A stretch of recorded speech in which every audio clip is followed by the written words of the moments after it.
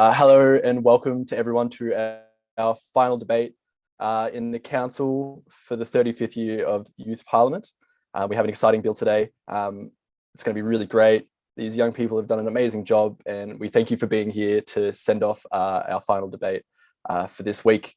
And we hope to see you again next year.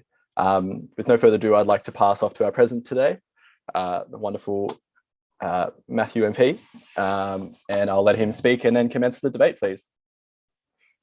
All right, many thanks. It's a real pleasure and a privilege to be the presiding officer at the final debate of what's been a fantastic week this week. But before we finish, there is one really important and significant bill to debate, and so I'm looking forward to that very much. I call on the sponsor of the bill. President, the Honourable Member Boyd. I move to introduce a bill titled Proactive Measures to Prevent Sexual Harassment in the Workplace Bill 2021. Thank you. So the question is that the bill now be read a first time. All of that opinion say aye. To the contrary, no. I think the ayes have it. Member Boyd. President, the Honourable Member Boyd. I move that the bill now be read a second time. This debate and all government speakers will mention sexual harassment and may be challenging or triggering for some people. If they feel concerned about the content, youth parliamentarians and members of the gallery are encouraged to step out or mute their volume and return at the conclusion of the debate. Our bill proposes to establish the Workplace Sexual Harassment Preventative Authority, which aims to provide proactive measures to prevent sexual harassment in Victorian workplaces. The contents of the bill are largely based on the Respect at Work report, which was an investigation into sexual harassment across Australia, conducted by the Australian Human Rights Commission in 2020. The main findings of the report were that workplaces need to act proactively and preemptively to uphold the safety of their employees. Thus, the WSHPA will work to prevent and dismantle negative and dangerous workplace cultures to reduce the prevalence of sexual harassment. Now, more than ever, people across Victoria are willing to discuss sexual harassment. The issue has received a great deal of media coverage over the last few years, starting with the historic #MeToo movement. The 2021 Australian of the Year Grace Tame is an activist and advocate for survivors of sexual assault. The stigma surrounding sexual harassment is finally lifting, and it is crucial that we harness the current attention to implement genuine change in the area of workplace sexual harassment, as our bill aims to do. Our bill establishes minimum training standards for workplaces on the subject of sexual harassment, which both aims to prevent its occurrence and educate individuals on how to report incidents. An inquiry conducted by the Australian Human Rights Commission in 2018 found that less than 1 in 5 people who experienced sexual harassment in their workplace made a complaint. Our bill would help disseminate information to individuals regarding the methods of reporting incidents, aiming to help the reporting process be as manageable and supportive as possible. Furthermore, our bill sets out investigation processes to be conducted by the WSHPA. The WSHPA has the authority to investigate workplaces both at random and upon receiving a complaint. The investigation process used by the WSHPA is similar to that of WorkSafe Victoria and helps uncover concerning behaviours in Victorian workplaces before any wrongdoing occurs. Therefore, the investigations conducted by the WSHPA would actively work to eliminate sexual harassment from Victorian workplaces, while simultaneously ensuring the security and confidentiality of any complainant. A key feature of the investigation process is the anonymous nature of complaints brought to the WSHPA, again referring to the recommendations of the Respect at Work report. Allowing complainants to remain anonymous during the investigation process is crucial, as it removes the onus of reporting incidents off the individual. The Human Rights Commission found that 1 in 5 individuals who came forward with a workplace sexual harassment complaint were ostracised or faced adverse action from their employer. Thus, the confidential nature of the WSHPA investigations could greatly support and encourage complainants. Finally, our bill outlines penalties applicable to employees and organisations who fail to cooperate in the investigation process. It is important to note that the prosecution of any criminal offences uncovered by the WSHPA during its investigation process will be referred to Victoria Police, pursuant to Clause 4.3, Subclause E, therefore ensuring the WSHPA acts in accordance with human rights and does not have unprecedented and unlimited prosecutorial power. However, the WSHPA does have some compliance powers, similar to that of WorkSafe, to ensure organisations cannot continue to dismiss the serious issue that is workplace sexual harassment. To conclude, this bill is implementing proactive measures desperately needed in Victoria to eradicate sexual harassment in the workplace. The bill establishes the Workplace Sexual Harassment Preventative Authority, which would implement enforceable minimum training standards across the state. Furthermore, the WSHPA would thoroughly investigate workplaces as a preemptive and proactive measure. The call for these laws in Victoria has never been greater. We need to act now to eradicate sexual harassment from all Victorian workplaces. Thank you, Member Boyd. I now call on the Honourable Member Scott. Thank you, President. The Honourable Member Scott. As the Honourable Member Boyd stated, this bill and our arguments contain discussion of sexual harassment. The Welfare Zoom is available for any who need support or a break from this discussion. President, the premise of this bill is good. Regardless of who brought the bill forward, as a team of women and gender diverse people, we are not only eager but relieved at the prospect of seeing this type of change in workplaces across the state. However, there are details in this bill that have not been thought through adequately. Despite being one of the longest bills presented this week, there are fundamental points that have been neglected. One such point is that the government suggests taking measures to prevent sexual harassment from taking place. Prevention can only go so far, especially with all the emphasising of removing opportunities for sexual harassment. I don't think many people are waiting for just the right opportunity in these situations. Their points contradict the bill's title. This is just not proactive enough. The bill suggests two main ideas: training for employees and human resources, and the establishment of the WSHPA board. The format of the training takes a far too optimistic approach to the real world. They have listed what should be taught well, explicitly enough that what is expected is clear, yet open-ended enough that it can be adapted to workplaces and as society progresses. Yet, when moving on to how it should be implemented, there is brief mention of discussion and handouts. President, I'm sure every one of us will admit to chucking a flyer in the bin without reading it or getting distracted in conversations. There is nothing to hold employees or human resources to account. The training requires a form of data, such as testing, that can be done at the conclusion of the training to ensure it was effective. As for the board, it is unclear to what its role is.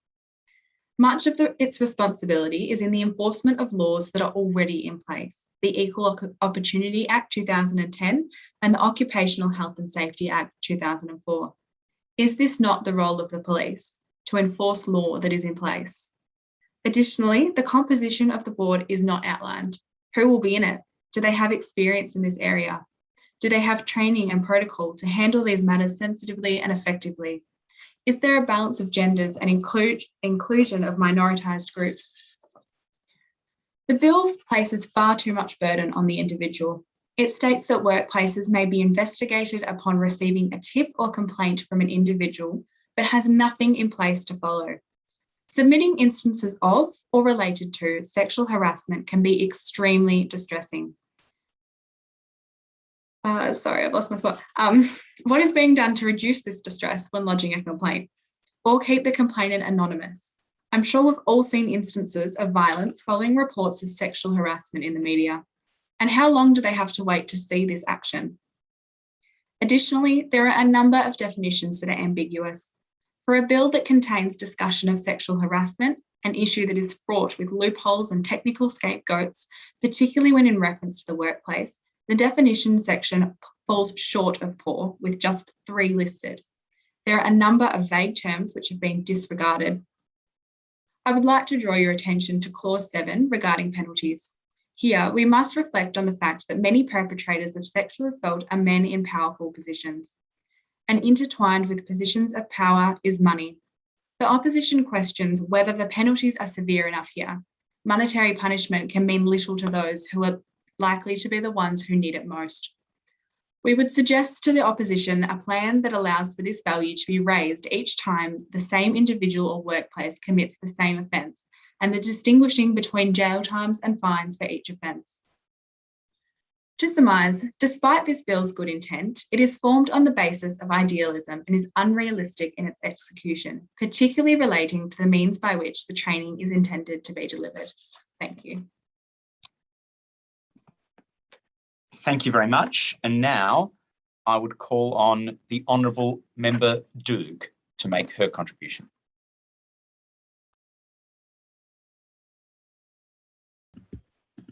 President, the Honourable Member Doog. The purpose of this bill is to change workplace culture and destigmatise reporting sexual harassment in the workplace. Currently, there is no legal framework on preventing sexual harassment in the workplace and reporting it, with employers currently not being held liable for fostering cultures entrenched with gender inequality and subsequently leading to sexual harassment. This current culture allows for sexual harassment to be seen as a normal place of workplaces, making individuals unaware that this should not be normalised and is a serious work safety concern. Furthermore, workplaces, when it comes to the issue of sexual harassment, often put financial benefit over the safety of employees. It has often been observed that higher income generating employers are immune to the consequences of their actions. The training the bill will implement will create awareness on the topics of sexual harassment, and the bill will make employers legally responsible for the culture in workplaces and require them to punish wrongdoing. Our bill aims to make sexual harassment a safety concern that legally needs to be prevented. It cannot be swept under the rug for financial gain or because of archaic workplace practices. Is this current system how Victoria views safety? Does this Parliament believe workplaces should be allowed to foster environments that silence victims? Or should this bill be implemented and workplaces be required to foster an environment that will prevent sexual harassment? I personally do not see any choice, and neither should this Parliament. Thank you. Thank you. Now I'll call the Honourable Member Thomas. President, the Honourable Member Thomas. As stated before, the opposition fully supports this bill and believes that it can have a positive change in workplaces and hopefully reduce sexual harassment.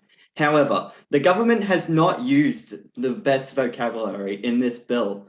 Outlined in clause 6.4d, it reads as, facilitating programs for employees on how to prevent opportunities of sexual harassment occurring. The opposition believes that opportunities is a poor word choice, for it implies a good chance for advancement or progress as defined by the Merriam-Webster dictionary. Furthermore, the Oxford English Dictionary defines opportunity as a chance for employment or promotion, which is a terrible usage of the word.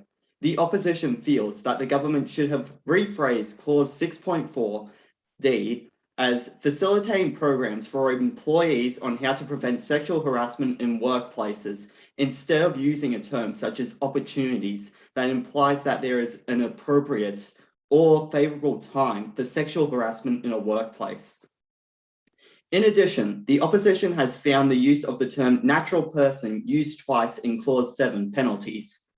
As defined by the Merriam-Webster dictionary, a natural person is a human being as distinguished from a person as a corporation created by operation of law. The government is proposing to give out penalties to people regardless if they are in a company, partnership, or a sole trader. How will a natural person comply with an investigation if they are a sole trader? How could compulsory advice by WSHPA be given to a sole trader when most work from home and have no employees to sexually harass at all?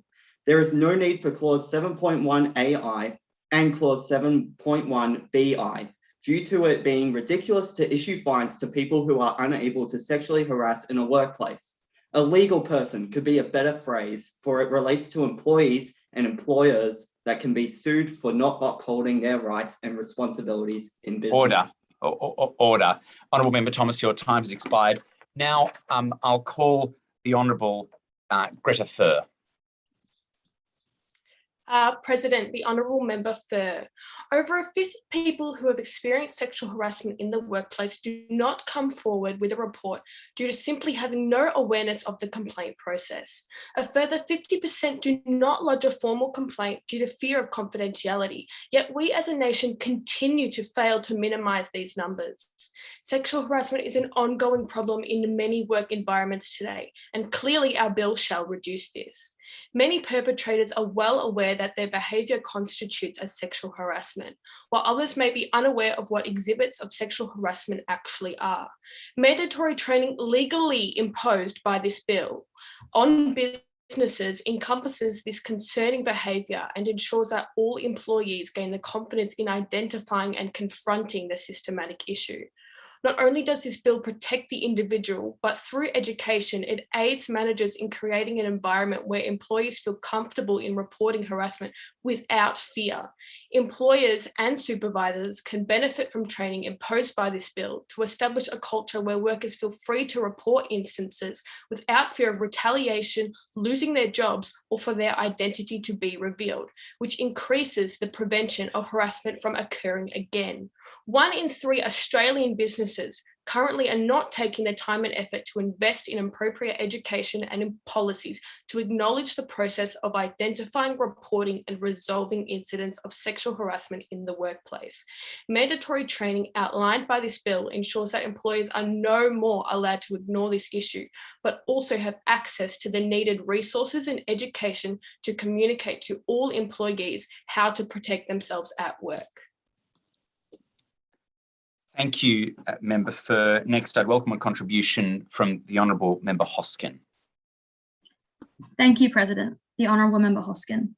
While the opposition agrees that the training listed within the bill is vitally important and having the ability to obtain informative material should be a priority, we have under careful examination noticed flaws regarding the accessibility of this information.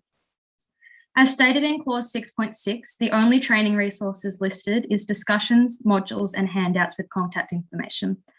Sure, this may have been sufficient 20 years ago with a small flyer stuck in a desolate spot in an office overrun by misogyny. What this bill has failed to realise is that we need to move with the times.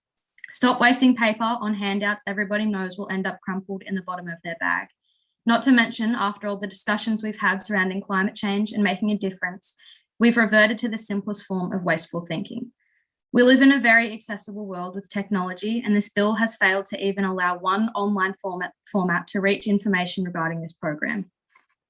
In addition, regarding matters so sensitive and currently wrought with shame, whether we like to think so or not, would it not be more beneficial to have online resources and call lines that workplace employees can access in their own time and on their own terms? To have to publicly seek out a physical handout can be extremely uncomfortable and at times anxiety-inducing in the workplace within which an act of sexual assault has possibly occurred. You may argue that there are plenty of online resources regarding sexual assault. However, if you've gone to the effort to create a whole program on training workplaces in the prevention of such, one would think that you would at the bare minimum create at least an email providing links or a questionnaire. It just doesn't make sense to rely solely on handouts that we already know under the understanding that this bill has to be created, do not work. As stated previously, we support this whole idea in this bill. However, we aren't trying to go backwards. We're trying to move forward. Thank you. Thank you. Thank you. Now I'm going to call the Honourable Member Billings. President, the Honourable Member Billings. The establishment of the Workplace Sexual Harassment Preventative Authority will be an efficient and seamless process. The structure of the body will be based on the model of WorkSafe, which aims to achieve a similar goal to the WSHPA of ensuring safety of all at work. As this model has been used before and proved successful, the WSHPA won't be subject to structural issues. The body we propose to implement will work in conjunction with other respected bodies and authorities within Victoria, allowing the WSHPA to be viewed as a legitimate, reliable resource to tackle workplace sexual harassment. One of the most valuable things about WorkSafe is the proactive measures it takes to prevent harm occurring in workplaces. However, we know that not enough is being done to prevent sexual harassment at work. With instances like these, the responsibility to raise complaints often falls solely on the victim. The ACTU finding that of 64% of people who witness workplace sexual harassment, 69% do not intervene or say anything. 1 in 5 people who make a formal complaint were labelled as a troublemaker, ostracised, victimised, ignored by colleagues, or forced to resign due to stress. Not enough is being done, and this bullying will only hurt more and more unless intervention occurs. Through the WSHPA's proactive measures into preventing sexual harassment and the training and education they will enforce, the responsibility to speak out will no longer remain solely on the victim. Employers will be trained on how to not be a bad bystander and instead learn how to create a safe environment for everyone at work. The WSHPA will be there to help protect these individuals' safeties. The investigations conducted allowing for sexual harassment to be prevented and rectifying flaws through their powers. These functions of the body adapted from the model of WorkSafe will help maintain every employee's right to feel safe at work. A vote against this bill is a vote against workplace safety for all Victorians. Thank you. Thank you. Now I'll call the Honourable Member Baseska. President, the Honourable Member Baseska. This bill does not have any accountability for the individuals who have partaken in the training. While Clause 6 outlines the time taken, how often it should be undertaken, content covered, who is compulsory for, and the structure of the training, it has nothing to ensure it was not in vain. There is no testing and thus no measurement of if employees were listening, retaining information, or taking this session seriously. Perhaps if the government had incorporated some form of accountability or a deeper than surface level training, then we would endorse the bill. But matter of the fact is that even then, despite its well-formed intent, the implementation of this bill aims to influence every workplace in Victoria is intangible and idealistic. Our state would far more greatly benefit from a more well-rounded education beyond that of flyers ingrained in our schooling system, where these preconceptions and warped ideals are in reality formed preventions are effective at the root, not half-heartedly mended along the way. There is an immense absence of realism in regards to this bill. How on earth will it be ensured that these prevention measures reach every single employee and employer in the state? Are there exemptions if a worker is on a month leave, say during this time this occurs? The accountability component simply does not exist. Additionally, the bill's ideals to reach every single workplace within Victoria. As stated previously, from our understanding and consideration, this bill has been carefully constructed and outlines many important and outstanding points. We believe in this training. We just don't want it to be in vain. Thank you. Thank you. Next, I'd like to hear from the Honourable Member Hoare. President, the Honourable Member Hoare. Our highly intellectual bill is one which provides opportunities for the best results. Firstly, the optimal outcomes are supported by the thorough and comprehensive investigation carried out by a representative from the WSHPA. These investigations are conducted annually. However, should there be a circumstance where a workplace requires further investigation, representatives from the WSHPA will conduct an extensive review. These circumstances include random, undeclared audits upon receiving a tip or complaint from an individual, or upon receiving a request from a company seeking advice.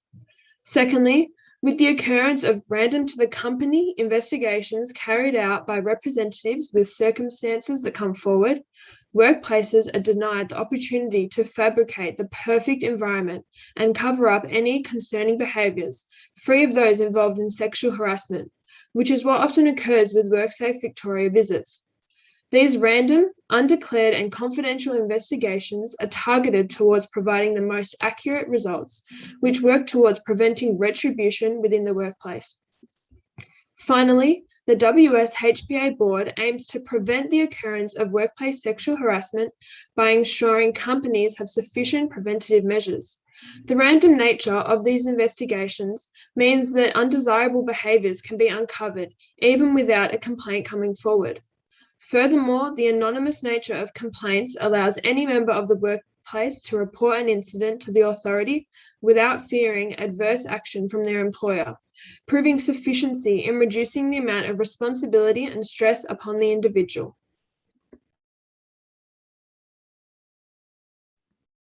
Thank you, Member Hoare. Next, the House will hear from the Honourable Member Beard. President, the Honourable Member Beard. This bill stresses the prevention of sexual harassment but has minimal protocol for protecting those who speak out. Under Clause 5, investigations take place annually, randomly, and undeclared, and by request. These requests or complaints can be made by the individual or by the company as a whole. Placing so much burden on the individual with no protocol for protecting the complainant or ensuring they remain anonymous will not only discourage people from speaking up, but create space for blackmail. Additionally, this lack of protections could end up causing victims of harassment to need to relive their negative experiences, re-traumatizing the individual or even creating trauma through excessive interrogation. We all know how whistleblowers in any industry face professional repercussions far beyond what is fair, and oftentimes become figureheads of movements against certain businesses or industries. This lack of protections in the bill could lead to victims of sexual harassment being victims of public scrutiny for not only speaking out against a business, but for speaking out against sexual assault in a society that is still working to acknowledge its very existence. Thank you. Thank you, Member Beard. I'd welcome a contribution now from the Honourable Member Maddie Butler. President, Honourable Member Butler, through the establishment of this bill and further with the introduction of the Workplace Sexual Harassment Prevention Authority, the safety of all employees, especially the safety of women, can be guaranteed within the workplace for future workers in Victoria. As previously mentioned, the overarching aim of this bill is to ultimately cease the occurrence of sexual harassment, and the inauguration of this bill will see for a future that takes a step in the right direction towards gender equality, where the mere risk and ultimately the conduct of sexual harassment is permanently and assuredly eradicated from all workplaces throughout Victoria. According to a survey conducted by the ACTU, 54.8% of all respondents had experienced sexual harassment in their workplace, and a further 64% had witnessed sexual harassment in their workplace. The motivation for this bill comes from the ideology that future Victorian employees should never feel unsafe in their workplace, and that a victim should not carry the burden of bringing forth a case against their alleged perpetrator. Henceforth, with the implementation of our proposed training and enablement sessions, the future state of Victorian workplaces will be free of sexual harassment, mitigating this risk permanently in the future. We want to reduce these confronting statistics to zero. The establishment of the Workplace Sexual Harassment Prevention Authority will create prominence that will enshrine the importance and necessity of this legislation regarding sexual harassment in the workplace for the future. In the fullness of time, the enacting of this bill, along with the launch of the WSHPA and the accompanying education programs with it, will ultimately result in the promotion and greater understanding of the impact and importance of preventing sexual harassment in the workplace definitively, and how Victorians cannot continue to normalise such behaviour in the future. To oppose this bill is to deny all Victorians the right to feel safe at work. Thank you. Thank you, Member Butler. And now, again, I would welcome a contribution from the Honourable Member Vivian. Thank you, President, the Honourable Member Vivian. I would like to draw your attention to the penalties segment of this bill, in which there is an attempted equity in the dispersed nature of penalties and attempts to be fair to smaller businesses. However, the old rich white men upon which the proposed system fundamentally targets is a failure, in that it doesn't affect them at all other than a slight dent in the bank. In truth, the ideals within a large quantity of that demographic are ingrained with an 1800s mindset that men have control over women, catcalling is not harmful, groping is their right, and that at the end of the day, to most offenders, men or women, there's nothing wrong with their actions because they're not being held accountable. There are no consequences. Despite the modern age we are in, most people don't stand up against these acts as they are actively occurring. And this support is what's needed. Intense consequences are what's needed to set a precedent. A few flyers and discussions that are somehow expected to magically make their way to every single workplace in Victoria won't prevent a thing. This method wastes time and resources that should be directed instead to persecuting offenders and supporting victims who need to be reminded that they are not alone.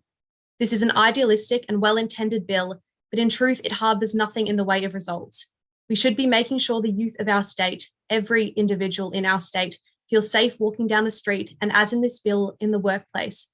But as many of those in our team, including myself, have been sexually harassed, we can confidently state that this method and this approach won't change a thing to the mindset of perpetrators. Thank you. Thank you, Member Vivian. Now, I have no further speakers on my speaking list. However, there is certainly further time in our debate. The floor is open, and any member who hasn't yet spoken can seek the call. I see the Honourable Member Fitzsimmons. You have the call. President, the Honourable Member Fitzsimmons speaking. Interestingly, the government's definitions have actually been labelled as ambiguous. However, these definitions are extracted from the Equal Opportunities Act, which the opposition has referenced multiple times. We suggest that perhaps they may look at it again. Thank you. Thank you, Member Fitzsimmons. Are there any other speakers who would seek the call? The Honourable, the Member Ablett. You have the call. President, Honourable Member Ablett, to reply to Honourable Member Fitzsimmons, the opposition only stated that there wasn't enough definitions, not that the current. And also the government has said a number of times that the main goal of this is to have cultural change. But by the time people have entered the workplace, their values and culture has already been established during their childhood and teenage years. So this isn't the proper way to address this issue. Thank you. Thank you. Now, further speakers. Yes, the Honourable Member Mitchell. President, Honourable Member Mitchell. The opposition stated that lodging complaints is extremely distressing to victims. We, the government, couldn't agree more. But what the opposition is ignoring is the anonymity of reporting that this bill offers. Victims of workplace sexual harassment, when reporting through WSHPA, are offered full discretion and confidentiality. This encourages the disclosure of incidents, as the victim is reassured that they won't face adverse actions from their workplace. Current systems do not allow for anonymous reporting, hence turning victims away in fear of repercussions, such as being fired, losing promotions, more abuse, and the list goes on. This bill combats WorkSafe Victoria's issue of anonymity, and in turn improving the current system by a mile and making the change that the opposition demands to see. The opposition also stated that the term opportunity was an inappropriate term to deal with sexual assault and harassment. While the opposition is only focused on the positive connotations of the term, the Oxford Dictionary definition of the word is a time or set circumstances that make it possible to do something. Hence, the word is entirely appropriate for this scenario, and we instead wish to focus on the acts of the bill rather than the style of its expression. We would also like to reiterate that this bill discusses sexual harassment, not sexual assault, and it is imperative that the opposition understands the difference, as they are two entirely different crimes. While the opposition are trying to tell you that our bill poses a logistical issue for small businesses, in actual fact, these are the businesses who need protection the most. Small businesses often don't provide standard sexual harassment training, leaving employees more at risk compared to those in larger corporations. We must protect people's human rights to feel safe, comfortable, and valued at any cost. Thank you. Thank you, Member Mitchell. Are there any other speakers who would seek the call? Yes, the Honourable Member Beard. President, the Honourable Member Beard. The WSHPA has the ability to, quote, intentionally use or disclose information that was acquired from an employee or employer. My question to the government is, where is this information going and to whom? Why is this protocol not included in the bill? Thank you. Thank you. Now, at present, I can't see any further speakers coming forward. The Honourable Member McRae. You have the call. President, Honourable Member McRae. While the opposition is largely focusing on the education component of the bill, a large part of the bill is the investigations that function like WorkSafe, so it is entirely feasible. The investigations operate as following. Once the WSHPA has identified a concerning culture or has determined that a business is failing to minimise sexual harassment, the body produces important recommendations for workplaces in areas that they can rectify flaws. Furthermore, The bill makes these recommendations legally enforceable through penalties to stop workplaces from dismissing the severity of workplace sexual harassment and holding companies accountable to their duties and employees. By holding businesses accountable, this will also alleviate the pressure on individuals to report if they do not feel comfortable or safe to do so, which unfortunately, in some cases, they don't. We can no longer let this issue fester in our workplaces.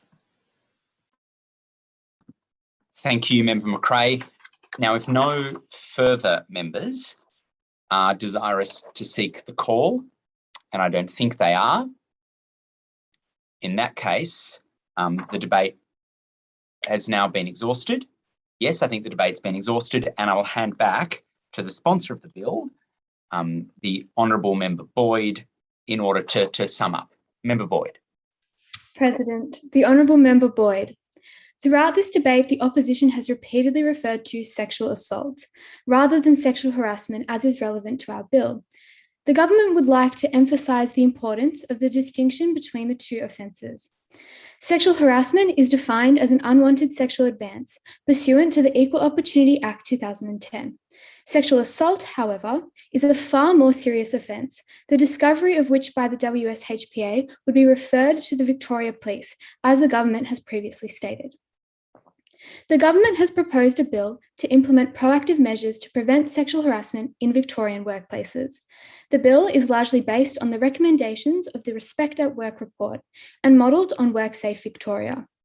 The Workplace Sexual Harassment Preventative Authority would introduce enforceable minimum training standards across the state, including in relation to lodging complaints safely to ensure complainants are heard and protected.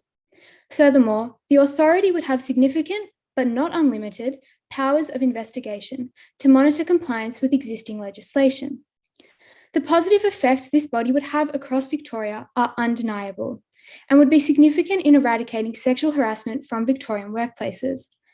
There is a call for this bill throughout the community, echoed in the media expository of sexual harassment allegations, through the calls to action by Australian of the Year Grace Tame, and entrenched in the #MeToo movement. At a time when victims have never felt more empowered to stand up for their rights, it is imperative that we pass the proactive measures to prevent sexual harassment in the workplace bill now to eradicate sexual harassment from our workplaces. Thank you.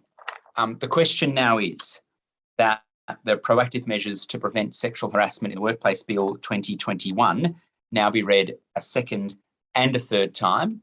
All of that opinion should say aye, and to the contrary, no. And please provide the clerks and also me a moment or two to tally the votes within the participants function.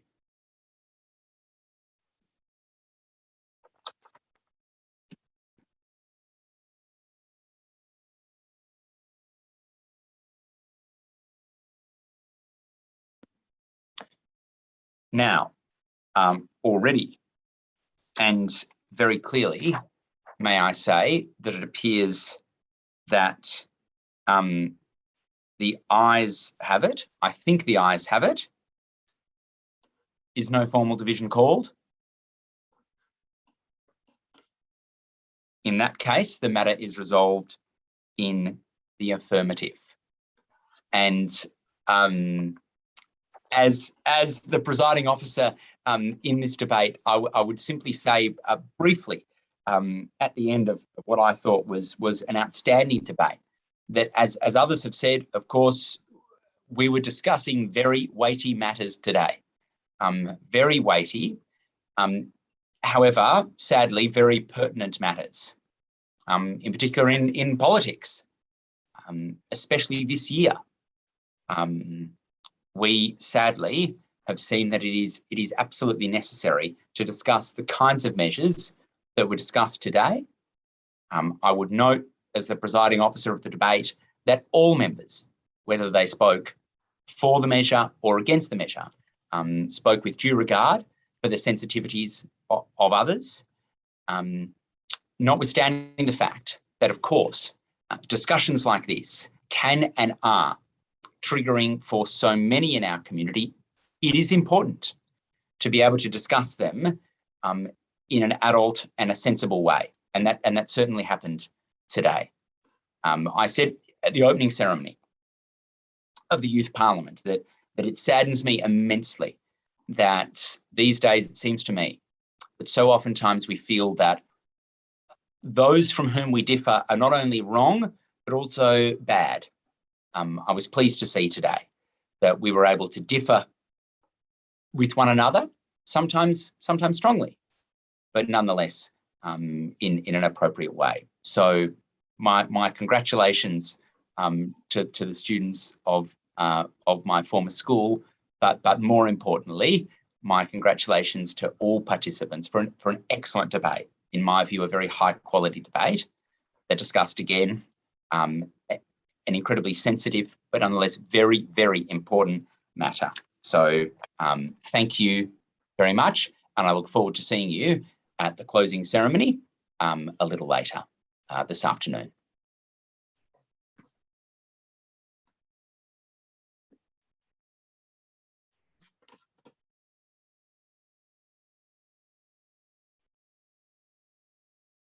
Hom speaking. Thank you, everyone. Thank you to every youth parliamentarian here. I want to thank my incredible tech team. I want to thank the interpreters for doing an amazing job this week. I want to also thank you, those who are tuning in at home. It's really important that we continue to listen to the voices of young people. They are our future, if as it were, and there's nothing that's going to stop that. And I for one, am really impressed and inspired by this entire week. Could I invite all of our tech team to be spotlighted just so that we can thank them all right now? There we go. Wonderful Swish, who's been managing our live stream, Amy, who has been doing tech and moderation, Alex, who's also been doing moderation. They've all done an incredible job this week. And Georgia, our current youth governor, also working behind the scenes to make sure all of this happens.